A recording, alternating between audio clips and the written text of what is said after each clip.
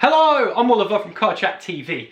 Today I'm going to talk to you about PCP and car leasing. Oh, which one should I choose? There's so many options. Not really, there's only two. And I'm going to tell you which one you should choose depending on your situation.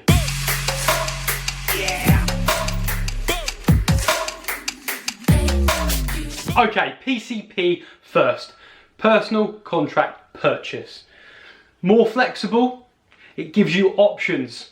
You're going to have to pay a deposit at the start. This is negotiable depending on what dealership you go through, and sometimes other dealerships have incentive options if you take out their finance. For example, I think Volkswagen give you £2,000 towards the PCP if you take out their direct finance. So usually we're going to work on 10% deposit for the start, then you have monthly payments, and then at the end you have a settlement figure or a balloon payment, which is the guaranteed residual value of the car that the dealership says it's worth at the end of that contract. And that is decided at the start of the contract, so you're not going to have a huge surprise and be like, oh my gosh. And then at the end you get to decide whether you want to own the car. You pay that balloon payment off.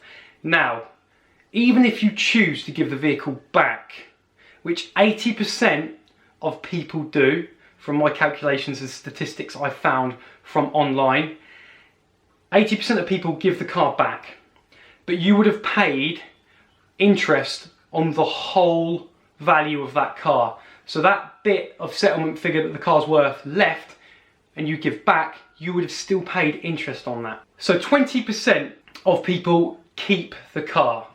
20% of people end up keeping the car.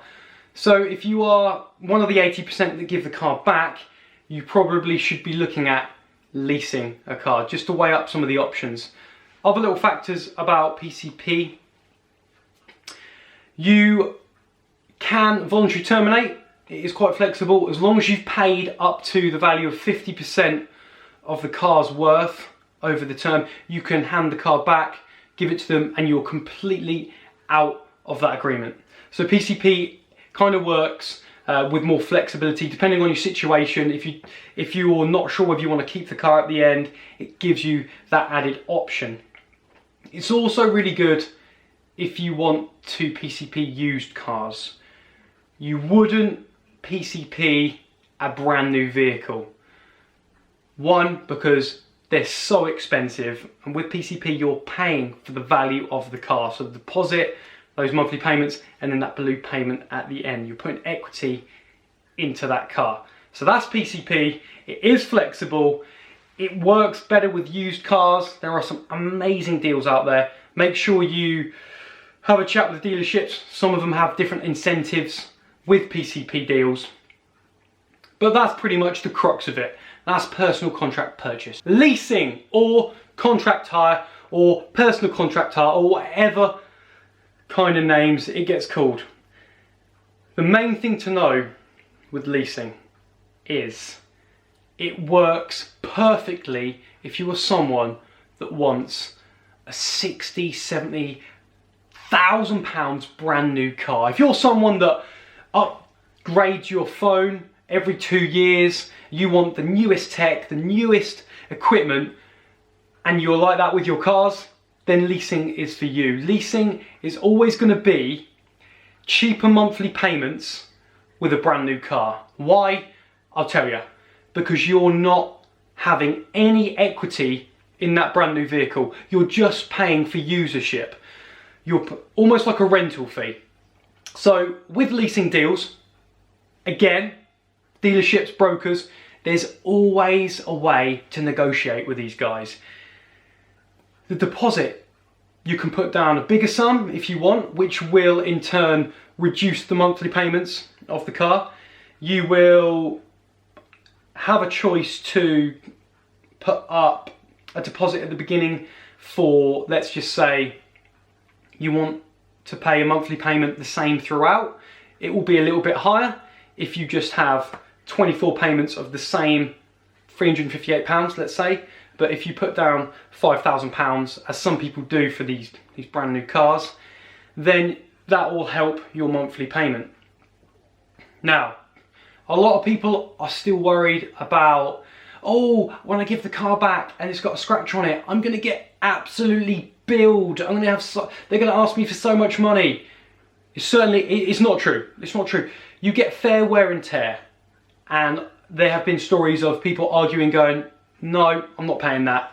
That's ridiculous, that scratch. And they've, you know, written the charges off. So don't let the charges or fees worry you when you hand the car back, because that's just a ridiculous thing to worry about. Do not worry about that. So if you're someone that loves every 2 years getting a new motor, yeah, I'll have the Tesla Model S, brilliant. Right now I'll have the RS6 Audi, and you want to rattle through driving the most luxurious vehicles for, you know, a fraction of the cost if you were to buy it, or PCP that 70 grand motor, then leasing is definitely the way forward if you are someone that loves brand new cars and tech and you want to mix it up every 2 years. You can, with leasing, and same with PCP, you can always negotiate your mileage. Also with leasing, you can do servicing and all that stuff, and you get your tax with it as well. But really, you only want to be leasing brand new cars. Some businesses do like a business lease because you get your VAT back with used cars and other bits. But if it's a personal lease, and that's what really we're talking about here, brand new cars, best minimal monthly payment would be leasing. Now, the downside to leasing is if you want to get out of a lease deal, it is extremely difficult. You have entered a contract. You've signed that contract and you said you will pay that monthly price every month. All of a sudden, you can't pay those bills and you want to hand the car back. There's going to be a charge to hand the car back. This is a brand new car. It's depreciating all the time. You might be responsible for the depreciation cost.